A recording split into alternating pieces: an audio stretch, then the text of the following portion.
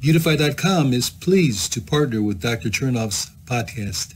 Hello, I'm Dr. Greg Chernoff, triple board certified facial plastic and reconstructive surgeon.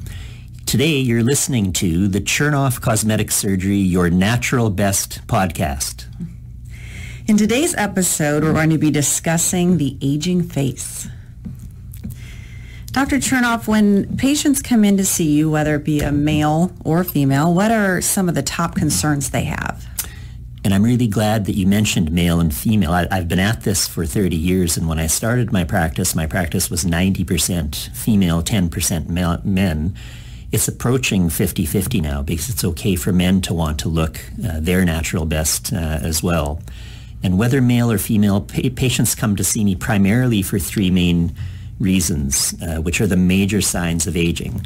Number one is the gravitational descent of their facial muscles, and gravitational descent occurs below the neck as well. But from a facial standpoint, as we age, our brows start to fall. As they start to fall, we start to see hooding around the eyes. As the gravitational descent affects our mid-face, we see a deepening of our tear troughs and an accentuation of the fat pad that our eyeball sits on, causing the bags under the eyes. As the descent affects the lower third of the face, we see deepening of a patient's marionette lines. We start to see their jowling and the banding in the neck where they're seeing their platysma muscle, which is akin to the rectus muscle in your abdomen, two vertical bands.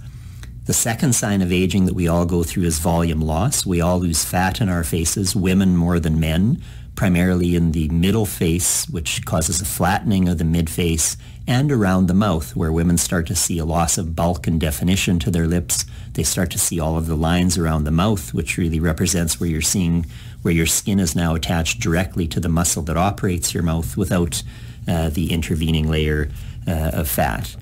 And then the last stage of aging that we all go through is the loss of elasticity, the loss of tone, quality, clarity of skin, where you start to see crepiness of the skin, pigment variation. The number one sign of hormonal changes in women is pigment variation on the skin, the crepiness of the skin, below the neck, excess fat, the dimpling known as cellulite.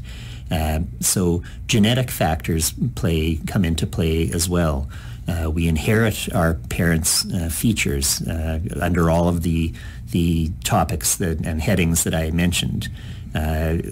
Our soft tissues in our body rest on the bony framework. So many times I have to adjust the bony framework which the soft tissue lays on by implants or by changing the shape of different bones as well. And not, you inherit your genes, you can't change that, but how you take care of yourself or not as you live as well. So environmental issues, depending upon what you put in your mouth. It's calories in, calories out. If you smoke, if you consume too much alcohol, these are all things that are negatives as it relates to facial aging. Mm-hmm. Why do some surgeons not offer combined procedures? So all I used to do prior to aesthetic plastic surgery was head and neck cancer surgery. So many of those operations were 10 to sometimes 20 hours long. I did microvascular reconstructions. So my willingness to spend 7 to 8 hours for a patient really helps a patient, certainly financially. The hard costs of doing any of these procedures are the initial operating room setup time. So if I can piggyback procedures for patients while they're already there, there's a significant cost savings passed on to patients. It also is beneficial because then a patient only has to heal once instead of splitting up multiple procedures, which then lead to multiple time off and prolonged healing, if you will, as well. There's also great studies in our pain literature that show that whether I do someone's brows or whether I do their brows, eyes, face, neck lift in the same session, there's no statistically significant difference in the discomfort they feel. So if they hurt, they hurt. So we're also, no matter what we do in life, we're all victims of how we've been trained. And so if some surgeons have not been trained in doing some procedures, then they don't offer them. The only way also, there's also a lot of talk about local anesthesia versus IV sedation versus general anesthesia. The only way that you can, and we rarely use this word in life, but the only way that we can guarantee a patient that they won't hear something, feel something, or experience something that they would find distasteful is to let them have a little cat nap. That's also what has improved in the last 30 years are the anesthesia medicines. So the anesthesia medicines that we use have very short half-lives, meaning they're in and out of a patient's body very quickly. The level of anesthesia required to do any of the procedures that I do from head to toe is very light general, just on the other side of an IV sedation. It's a much lighter anesthetic than if you broke a limb or if you had intra-abdominal surgery as well. Accreditation is also important to offer general anesthesia. You have to have special accreditation for that, and not at all physicians' facilities have that special accreditation that we possess in our surgery centers, both in Indiana and in California. Okay. Now, what would you say are the most common procedures you perform? What I would be known for would be in a single session. Many patients come in and they have pretty eyes or handsome eyes, but there's too much curtain around the window, being their eyelids, and the curtain rods sit too low, which would represent their eyebrows. So in a single session, I will do an eyebrow lift. We do that endoscopically using a tiny little scope with a single incision behind the hairline. We then go on and do the patient's upper and lower eyelid surgeries, or their eyelid lifts. And then we finish that off with a face neck lift. So eyelid lift, brow lift, face neck lift, plus or minus doing something to the quality of their skin, be that using a laser to improve their skin, or using a system, a radio frequency or an electrical energy system to do that, plus or minus their breasts, plus or minus their liposuction. So that's a full day's work for me. That's a great accomplishment for them to have all that done in a single session. Okay. Now, we've all seen what we would call bad or unnatural looking facelifts. How does your technique keep your patients looking natural? That's probably the biggest fear of patients undergoing facial surgery for both the patient and their loved ones. Their loved ones are afraid that their family member having surgery will look different. The greatest stigma is that you don't want to look done, particularly not a pulled look if you're having a facelift. Any time that we can walk into a room and tell that someone has had something done, be it that standing behind a jet plane waiting to take off look, or the deer-eyed surprised look, if the patient has had an overly aggressive forehead lift, that's not an aesthetically pleasing result. So our nicest compliment is when no one can tell that someone has had something done. Many people refer to that as the subliminal difference. Dr. Steve Diane in Chicago came up with that term.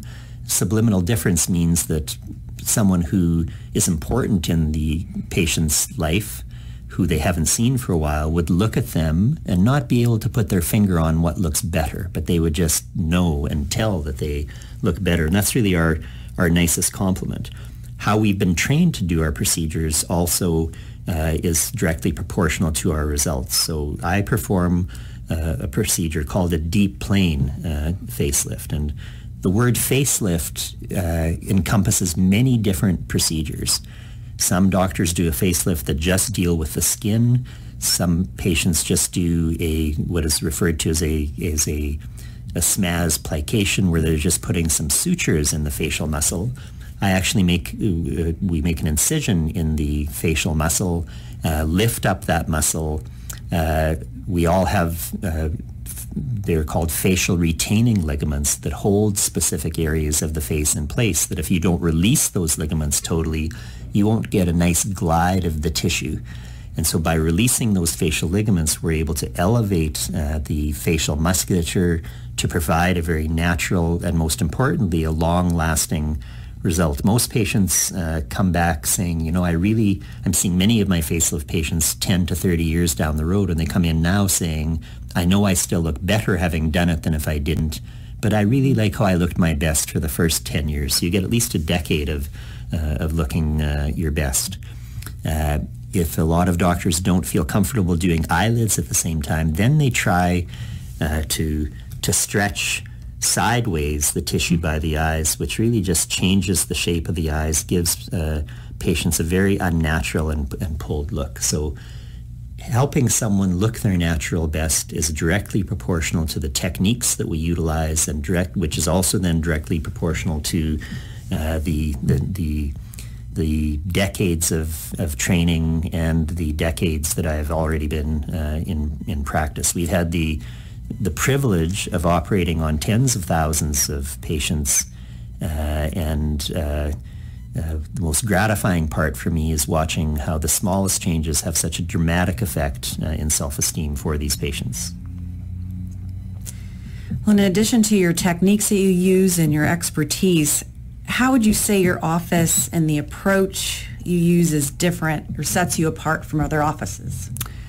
Because these procedures are procedures patients don't have to do. It's not like having to get your gallbladder out or having to get your appendix out. Aesthetic patients deserve, and they pay for, the fine nuances that really equate with taking good care of a patient as opposed to just doing things to them.